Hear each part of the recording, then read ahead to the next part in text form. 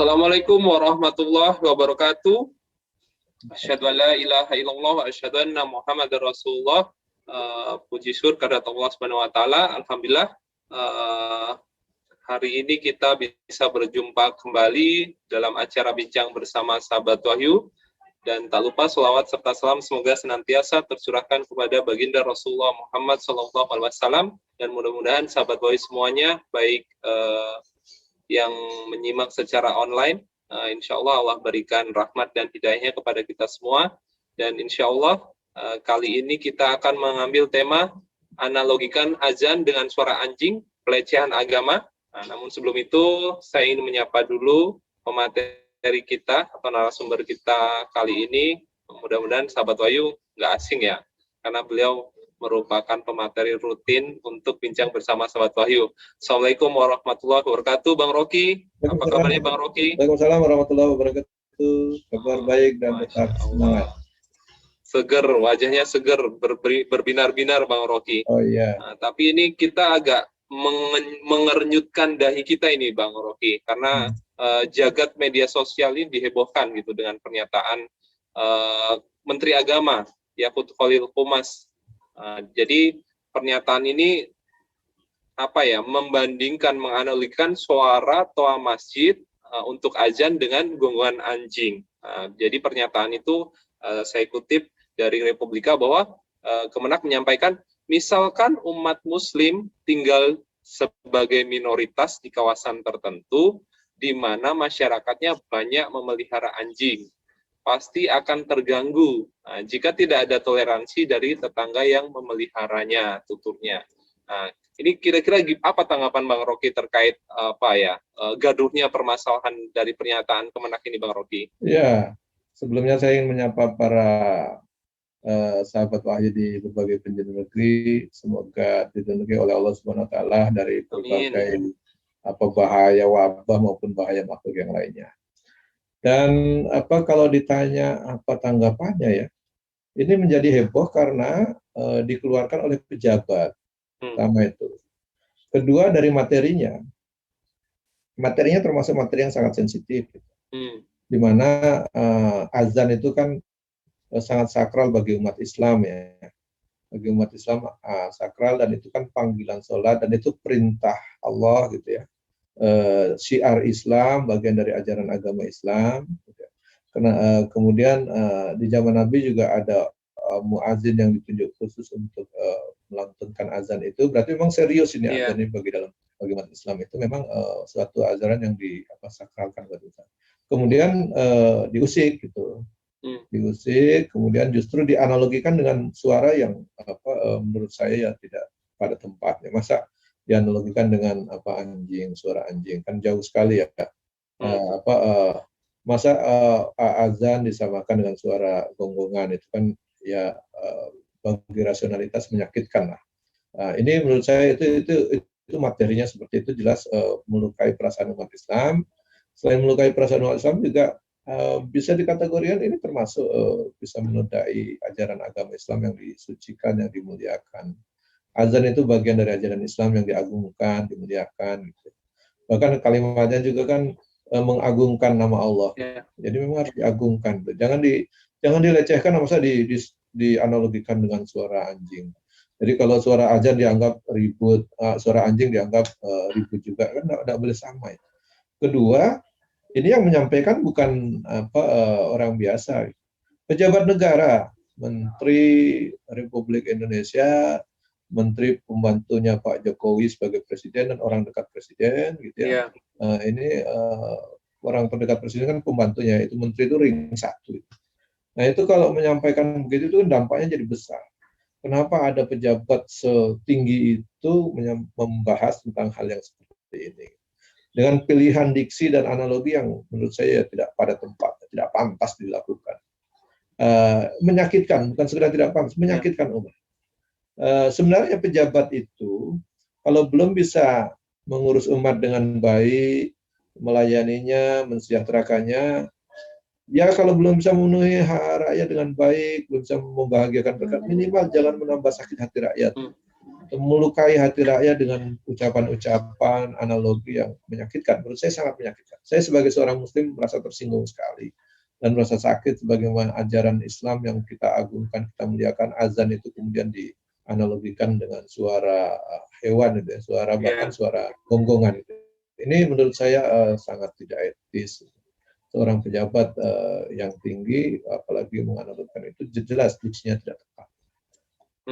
Baik, baik Bang Rocky, dari apa ya, dari pernyataan tersebut akhirnya kan memang apa ya, warga masyarakat di Indonesia, seluruh umat Islam, sebenarnya baik Muslim maupun non Muslim semuanya angkat bicara. Dan kalau saya lihat, saya perhatikan memang yang non Muslim pun banyak menyatakan bahwa sebenarnya kami sudah hidup puluhan tahun gitu bersama umat Islam di Indonesia yang mayoritas, dan kami merasa tidak terganggu gitu. Begitupun ini MUI memberikan pernyataan di Republika tanggal 24 Februari bahwa pernyataan Menak itu sangat tidak patut gitu, karena Wakil Sekretaris Jenderal Wasekjen MUI Muhammad Ziyad mengaku sangat prihatin dengan pernyataan Menteri Agama Menak Yakut Khalil Qomas bahwa membandingkan suara azan dengan suara gonggongan anjing. Menurut dia bahwa analogi itu tidak patut gitu.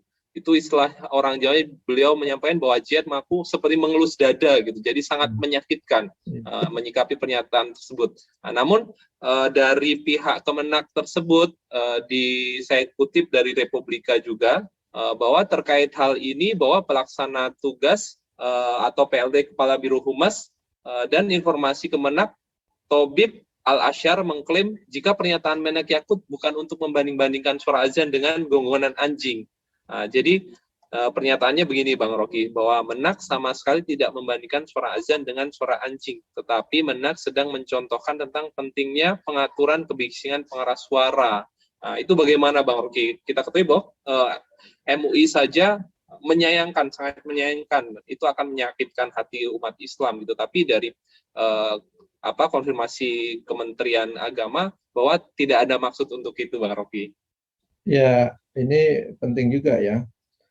Kalau di hadis itu kan memang suara azan itu perintah Allah, bahkan kalau dikumandangkan itu para setan itu lari terkentut gitu ya, saking takutnya dengan suara azan. Yeah. Nah, sebenarnya apa yang ditakuti dengan suara azan itu? Kok dibilang bising? Dia menjelaskan ya, mencoba membela Kemenak atau menjelaskan maksudnya, tapi justru masuk ke diksi yang lain. Diksi yang menurut saya juga berbahaya karena menganggap azan sebagai kebisingan. Masa kalau bising, yang bikin bising itu kan suara yang tidak teratur, suara yang memengkakkan telinga, suara yang membuat orang tidak nyaman, itu bising. Noise lah, atau membuat gangguan. Nah kalau azan itu tidak. Azan itu bahkan sering dilantunkan dengan suara yang indah, bahkan sangat menenteramkan hati, menggugah orang supaya tersadar kembali, supaya bisa kembali menghadap kepada Sang Pencipta, kepada Allah SWT. Ini bukan bising harusnya. Nah makanya saya bilang ini semestinya yang takut dengan suara azan itu kan bukan manusia. Gitu. Ya, azan itu indah. Bahkan saya melihat di beberapa negara yang suara azan dikumandangkan dengan baik itu kan justru orang itu menikmatinya gitu. Dia menikmati. Dan saya pikir selama ini tidak ada persoalan kita dengan azan itu. Justru menurut saya kenapa dipersoalkan dan justru sangat kasar dan sarkas sekali menganalogikannya. Ini tidak pantas itu, ucapan seperti itu, dan tidak pantas menjadi pejabat di negeri yang mayoritas Muslim. Menyerang ajaran Islam, kemudian bahkan bisa terkategori penodaan itu terhadap ajaran Islam karena bisa menganalogikan dengan suara gonggongan. Nah, yang tak pantas lagi adalah pejabatnya lagi membela, tetapi dengan diksi yang juga menyakitkan gitu. Masa azan dibilang bising gitu. Nah, itu juga salah gitu. Jadi azan ya azan dengan suara merdu. Perkara bahwa ingin menjelaskan Kemenak tidak maksudnya seperti itu. Semua orang melihat rekamannya, seperti itu penjelasannya. Kenapa mau mengulang lagi? Kalau memang mau mengakui secara gentle, tinggal minta maaf. kemudian mengakui kesalahan, saya pikir umat Islam juga banyak maafnya, tidak pendam, mudah memaafkan, mudah melupakan kesalahan orang dan seterusnya. Saya pikir sangat pemaaf lah. Jadi kalau menurut saya ini justru dengan melakukan pembelaan, penjelasan justru masuk ke diksi yang baru, dan itu bisa kategori juga masih kategori menyakitkan umat Islam. Menyakitkan umat Islam. Menyakitkan, mengatakan berarti kan secara tidak langsung azan itu bising. Gitu. Ya, mengganggu. Mengganggu, gimana azan kok mengganggu? Kan itu kalau di hadis itu yang mengganggu, yang merasa terganggu itu bukan manusia dengan suara azan itu. Nah itu makanya ada ulama yang mengatakan ya berarti kalau orang yang terganggu dengan suara azan perlu diruqyah. Bukan orangnya, berarti ada makhluk lain yang menempel ke orangnya sehingga merasa terganggu. Nah berarti ini mungkin yang perlu kita luruskan ya. Pejabat mestinya memilih diksi, memilih kata itu harus hati-hati supaya tidak menyakiti rakyat. Dan juga tidak terjerumus kepada menistakan agama Islam. Nah, ini menurut saya ini penting untuk dicatat itu. Ini wujud kita sebagai sayang kita kepada mereka. Baik. Nah, di depan publik mungkin mereka bisa mengelak dan seterusnya. Tapi bagaimana mempertanggungjawabkan di hadapan Allah sang pemilik azan itu? Kalau ditanya, kamu ngapain ngurusin azan? Bahkan menganalogikan azan seperti suara gonggongan, itu kan kurang ajar itu. Nah, mungkin di depan kita mungkin orang bisa menghindar dan menjelaskan, tapi tentu Allah lebih maha tahu ya. Di hadapan Allah nanti bagaimana menjelaskan. Begitu. Baik, Bang Rocky. Memang pernyataan ini kan karena memang Kemenak sedang mengeluarkan tentang pengaturan kebisingan pengeras suara ya, Bang Rocky. Jadi pertanyaannya, apakah memang azan itu perlu diatur oleh Kemenak, Bang Rocky? Ya, azan itu bagian dari ajaran Islam yang harus tunduk pada aturan Islam, aturan agama. Jadi bagaimana lafadznya, bagaimana aturan mengumandangkannya kapan, menjelang sholat dan menghadap kemana, suaranya harus bagaimana, itu harus tunduk kepada aturan fikih Islam. Tinggal melihat bagaimana para sahabat dulu melakukannya dan Rasul memerintahkan para sahabat itu mengumandangkan azan itu. Gitu. Jadi jangan ngarang-ngarang sendiri gitu. Kemudian mau ngatur-ngatur lagi yang sebenarnya sudah ada aturannya. Kemudian kalau kita lihat apa memang perlu diatur dan apa memang nggak ada urusan lain yang harus lebih diatur gitu.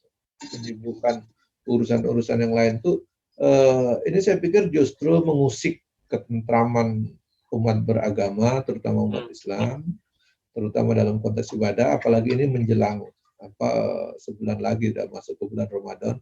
Kenapa hal begini dipersoalkan? Nah, jadi apa nggak ada urusan lain lagi yang lebih urgen sehingga kalian mempersoalkan urusan azan dipersoalkan? Mungkin begitu, Bung Ayu. Baik Bang Rocky, nah, ini sesuai dengan ada beberapa pertanyaan Bang Rocky, kita masuk ke segmen apa kata mereka. Jadi yang pertama dari Pak Hasan. Nah, pertanyaannya mengapa sih Kemenak ini tidak fokus saja gitu, bagaimana mengurus hal-hal yang memang lebih urgent gitu, lebih fokus kepada apa yang harus diurus, bukannya malah membuat gaduh gitu. Seharusnya Kemenak berupaya untuk menyatukan umat gitu, bukan memecah belah. Nah, gimana pernyataan ini Bang Rocky dari pertanyaan Bang Hasan? Terus sekali dengan Bang Hasan itu bahwa kehadiran pemerintah justru jangan membuat gaduh, justru harus menciptakan ketentraman, ketertiban. Nah, dengan ada pernyataan ini masyarakat jadi gaduh. Masyarakat yang awalnya tentram jadi terusik ketentramannya.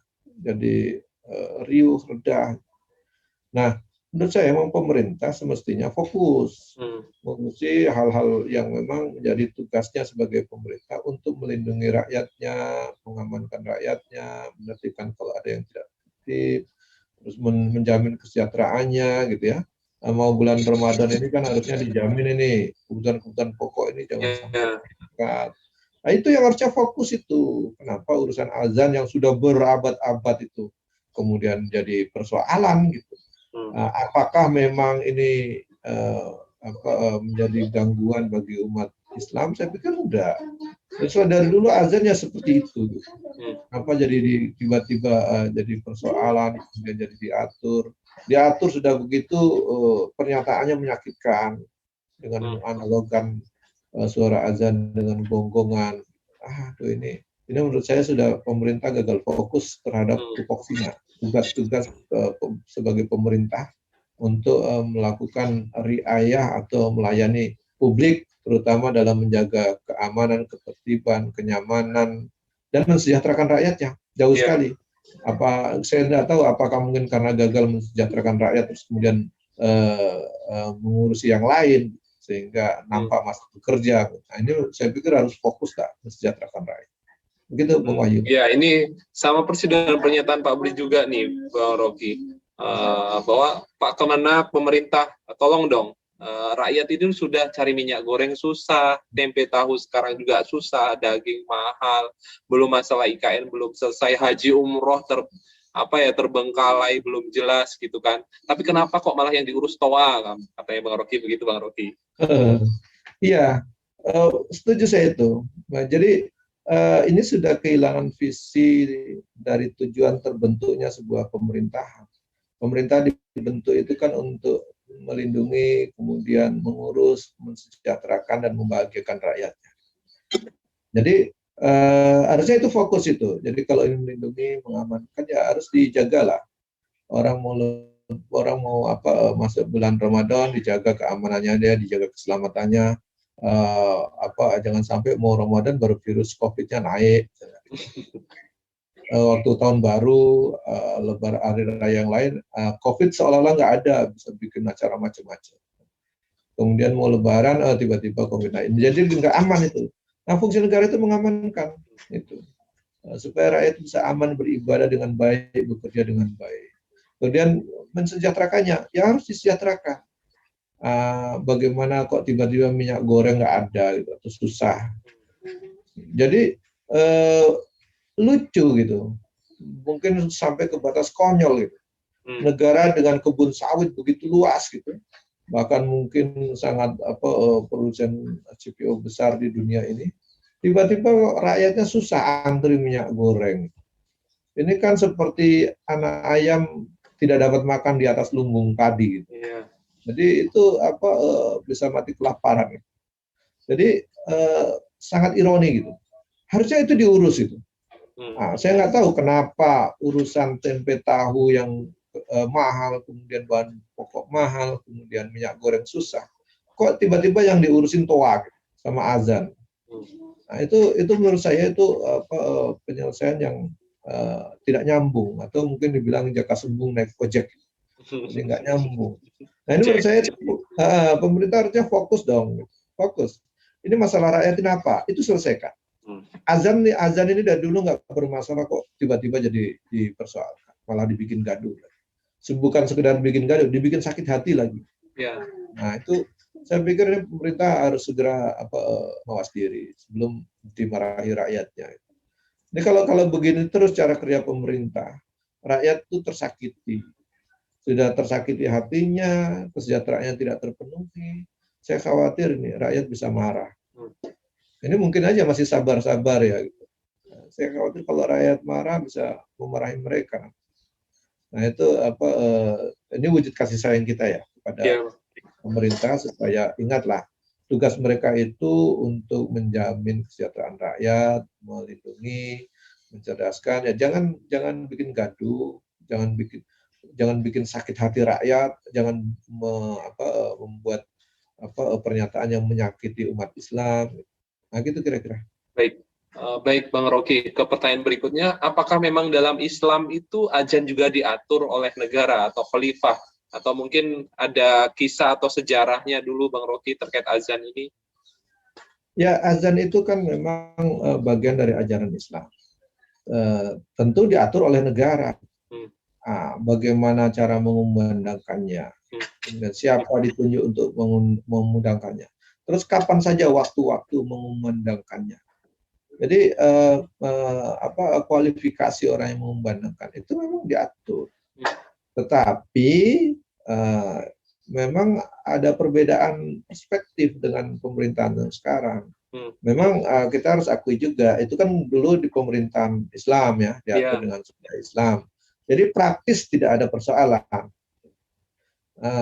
Terus dipertanyakan misalnya, dulu pemerintah Islam itu kan karena masyarakatnya Islam, tidak. Dulu harus juga buka sejarah, masyarakat harus belajar sejarah dengan baik. Ketika pemerintahan Islam di Madinah didirikan dengan piagam Madinahnya itu mayoritas penduduk Madinah itu bukan Muslim, tetapi mereka bisa sepakat, bisa bermufakat untuk mau tunduk diatur oleh syariat Islam, hukum-hukum Islam. Jadi aneh kalau yang mayoritasnya bukan Muslim tetapi mau diatur dengan syariat Islam atau hukum-hukum Islam, ini malah di negeri ini mayoritas yang Muslim malah tidak mau diatur dengan hukum-hukum Islam atau syariat Islam. Ini aneh menurut saya. Makanya setelah keanehan itu muncul keanehan-keanehan yang lain. Keanehan yang lain tadi, orang azan sebenarnya tidak perlu dipersoalkan, dia persoalkan. Nah, kalau sekarang mengatur, harus diakui negara kita kan bukan negara Islam ya. Negara kita, kalau orang mengatakan kita itu negara sekuler. Kenapa? Urusan agama tidak boleh masuk untuk ngurus pemerintah. Nah, kalau dia konsisten sebagai negara sekuler, semestinya pemerintah juga tidak masuk ke ranah agama. Nggak usah ngatur azan kalau begitu. Dia ngatur keamanan publik aja. Kalau memang negara sekuler. Ini saya lihat negara sekuler offside juga gitu. Tapi mau dibilang negara agama nggak mau juga. Gitu. Dia suruh sepakat menggunakan hukum agama atau syariat Islam, walaupun mayoritas Muslim tidak mau. Tapi beda dengan penduduk Madinah dulu, yang mayoritasnya non-Muslim, tapi mau dengan tunduk pada ketaatan kepada Allah dengan syariat. Nah ini memang unik gitu. Nah ke anomali-anomali ini mungkin perlu kita juga tinjau kembali, supaya kita paham bahwa memang kita juga harus menyadari bahwa tidak semua aturan ajaran agama itu harus diurus oleh negara. Karena negaranya memang negara sekuler, jadi terpisah ya, posisi memisahkan diri urusan agama tidak boleh mengatur pemerintahan. Tapi kok sebaliknya pemerintahan mau mengatur urusan agama, kira-kira begitu. Nah, ini negara sekuler yang tidak kafah ini, negara sekuler yang offside menurut saya itu. Jadi kalau memang dia mau negara sekuler ya kayak negara-negara sekuler luar itu. Udah dia nggak mencampuri urusan agama, dia di luar saja. Karena negara juga nggak boleh masuk ke ngurus pemerintahan.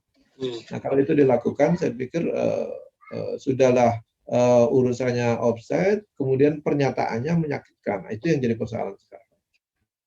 Jadi dalam sistem pemerintahan Islam, dan azan tentu ada diurus dan diatur, bisa tertib, teratur. Dan sepanjang sejarah itu nggak pernah ada masalah dengan azan.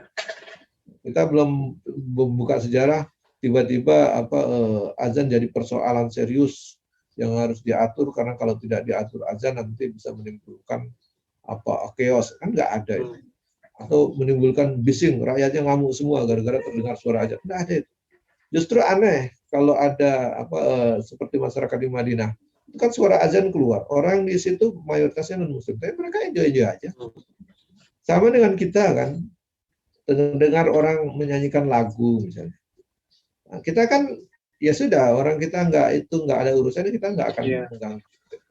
Nah, kalau memang kita nggak mau dengar, kita tutup telinga kita. Bukan kita malah nyuruh orang lagunya dihentikan. Sama dengan kalau orang tinggal di dekat masjid, saya pikir orang disitulah letak harusnya dia bertoleransi kalau memang toleransi.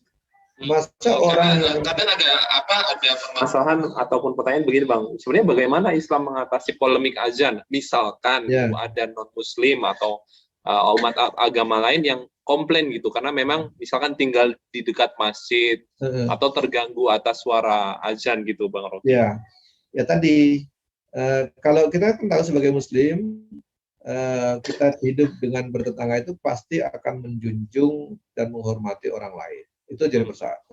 Itu yang menjadi kunci. Nah kalau saya misalnya mencari rumah tinggal dekat ibadah orang lain, misalnya dekat gereja, dekat wihara, saya udah harus siap toleransi ya. untuk sudah siap toleransi bahwa saya tinggal dekat situ, pasti orang itu mau ibadah. Ya saya jangan mengganggu mereka. Wujud toleransi itu tidak mengganggu ibadah orang lain. Bukan sebaliknya, kita malah menyuruh mereka menyesuaikan kita. Itu kurang ajar kalau menurut saya namanya. Jadi masa kita yang suruh ibadah orang lain menyesuaikan dengan gaya kita, kan enggak. Kita yang tinggal mencari rumah tempat situ, kita harus siap toleransi kepada mereka, dan saya pikir rakyat Indonesia biasa-biasa saja begitu. Justru menurut saya dengan pernyataan-pernyataan ini membuat gaduh dan memicu konflik berikutnya atau polemik berikutnya. Saya khawatir polemik yang terlalu panjang bisa menimbulkan konflik. Oleh karenanya kita berdoa lah semoga tidak terjadi konflik, tidak terjadi polemik atau berkepanjangan. Nah, saya pikir pernyataan-pernyataan kebijakan pemerintah itu harusnya menghindari itu. Tidak boleh memancing terjadinya polemik atau bahkan bisa menuju pada konflik kalau tidak terkendali. Nah, ini isu-isu agama ini kan sensitif ya. Dan selama ini kan kita sebenarnya cukup baik dalam melakukan kehidupan beragama. Tidak ada persoalan. Mungkin kalaupun ada satu dua bisa diselesaikan di masyarakat. Masyarakat kita. Bang Rocky, ada pertanyaan yang saya hampir lupa, Bang Rocky. Terkait Roy Suryo itu kan melaporkan Bang Rocky ke Polda Metro Jaya, namun laporan itu ditolak. Namun lucunya saat ini ada pihak lain yang melaporkan Roy Suryo ini. Sebenarnya bagaimana prosesnya? Apa memang boleh seperti itu ketika ada kasus ataupun permasalahan, ada pihak yang melaporkan ditolak, tapi yang menolak yang pelapor ini justru dilaporkan balik, Bang Rocky? Mungkin ingin melaporkan balik atau mungkin saya nggak tahu persis ya. Tapi gini, dalam kacamata hukum semestinya kalau semua warga negara sama kedudukannya dalam hukum, ya mestinya kalau mau ada pelaporan terima, kalau mau satu diterima semua harus diterima, kalau satu ditolak ya semua ditolak, itu baru ada equal, ada persamaan. Nah, kalau satu diterima yang lain ditolak itu berarti tidak sama hukumnya. Berarti hukum hanya slogan gitu, kira-kira begitu, prakteknya tidak sama dalam hukum. Nah, menurut saya dalam konteks ini ya dilihat saja, kalau memang layak dilaporkan, kalau layak diselesaikan di luar. Nah, menurut saya rakyat ini semestinya jangan dibiasakan saling melaporkan. Tetapi kalau memang sudah seperti ini keterlaluan gitu, supaya rakyat juga jangan marah dan juga ada saluran hukum, maka baik memang ada dilaporkan supaya terjadi kanalisasi emosi masyarakat. Nah, ini kan orang marah ini gara-gara dibilang suara azan mirip atau dianalogikan dengan gonggongan suara anjing misalnya. Kan semua orang marah, terluka dia. Jadi ini kalau tidak ada penyaluran, mungkin pelaporannya tidak diterima, itu khawatir perasaan marah itu tidak tersalurkan. Nah, mungkin menurut saya dari segi hukum supaya equality before the law ataupun persamaan di muka hukum itu terjadi, ya kalau ada orang yang melaporkan diterima, ya yang lain diterima. Jadi menurut saya diproses saja. Nah, persoalan nanti dia terbukti dan tidak terbukti itu kan bukan di pelaporannya, itu persoal dibuktikan itu di pengadilan. Jadi menurut saya sih kalau orang melaporkan kita hormatilah hak dia gitu untuk melapor. Walaupun saya sebagai Muslim ya tentu marah gitu, ketika ajaran agama kita diusik gitu. Kita harus marah, sebagai orang mukmin harus marah. Nah, cuma marahnya harus terukur. Tidak boleh juga ngamuk, kan nggak boleh. Karena marah memang harus terukur, menggunakan rasionalitas. Nah, dengan jalur hukum saya pikir itu bisa membuat tersalurkan emosi orang itu. Nah, kalau jalur hukum ditutup, saya khawatir tidak ada penyaluran lain. Khawatir malah terjadi polemik di luar makin berkepanjangan. Begitu, Bang Wahyu. Baik, Bang Rocky, sepertinya kita sudah hampir menuju akhir dalam acara ini, Bang Rocky. Ada closing statement, Bang Rocky, terkait misalkan ada nasihat untuk pemerintah, khususnya Kemenak, untuk masyarakat Indonesia secara umum, Bang Rocky? Ya, masyarakat secara umum memang harus lebih peka. Jika ada penghinaan, ada penodaan, ada kegaduhan yang dibuat, mereka memang harus peka bahwa ajaran Islam tidak boleh dinodai. Semua ajaran agama memang tidak boleh dinodai. Jadi jangan hanya ajaran agama. Semua agama tidak boleh dinodai. Di Islam itu kita juga dilarang untuk menghujat, menghujat agama lain. Tidak boleh. Kita harus saling menghormati. Itulah ketinggian keluhuran ajaran Islam. Jadi kita tidak boleh menghujat, tidak boleh juga menodai ajaran agama. Tapi sebaliknya, tidak boleh juga kita ajaran agama kita dinodai seenaknya saja oleh orang lain. Tidak boleh. Oleh karenanya kalau ada yang menodai kita harus marah. Karena marah itu wujud tanggung jawab kita untuk membela, menjaga kehormatan, keharmonisan kita. Kalau tidak marah justru aneh. Orang keyakinannya dinodai, dilecehkan atau direndahkan, tidak marah, itu aneh. Oleh karenanya harus ada unsur marah. Cuma memang orangnya harus terkontrol, tidak boleh mengamuk, tidak boleh membabi buta. Jadi marah secara terstruktur, kemudian bisa menyampaikan aspirasinya dengan jalur yang benar, tidak boleh juga melakukan anarki. Dan bagi pejabat, nah ini tidak boleh membuat pernyataan yang menyakiti hati rakyat. Tidak boleh. Pejabat itu pelayan bagi rakyatnya, pelayan. Jadi harus melayani rakyatnya dengan baik. Kalau belum mampu melayani dengan baik, belum mampu mensejahterakannya, belum mampu membuat rakyatnya bahagia, maka jangan menyakiti rakyatnya dengan ucapannya. Jadi kalau kebijakannya belum bisa mengatasi persoalan rakyat, belum bisa bekerja baik untuk rakyat yang menyenangkan rakyatnya, jangan menyakiti dengan ucapan. Nah, gitu. Jadi berkatalah yang baik. Setelah bisa berkata yang baik, berbuatlah yang baik. Dengan begitu mudah-mudahan bisa mendapatkan amal yang baik. Karena pejabat, terutama para pemimpin negara penguasa dan juga para birokratnya, pegawai-pegawai negara, itu adalah orang-orang yang berpeluang besar untuk mendapatkan pahala besar kalau dia berbuat baik untuk rakyatnya. Sekali dia membuat kebijakan, bisa membuat rakyatnya banyak yang bisa menikmatinya. Itu pahalanya besar sekali. Tetapi dia juga berpeluang untuk mendapatkan dosa yang sangat besar kalau kewenangan kekuasaannya itu dibuat untuk menzalimi rakyat. Satu kebijakan saja dikeluarkan, rakyat terzalimi begitu banyak. Satu kalimat keluar dari ucapannya, itu betapa banyak rakyat yang tersakiti. Nah ini menurut saya tetap, makanya jadi pejabat itu harus hati-hati sekali. Kemudian kalau memang belum bisa membahagiakan rakyatnya, minimal jangan ngomong yang menyakitkan. Dan rakyat juga punya kewajiban untuk menasihati dan mengoreksi penguasa. Jadi kalau penguasanya ngomong salah, ngomong keliru, membuat gaduh, rakyat punya kewajiban mengoreksi. Itu kalau dia sebagai muslim.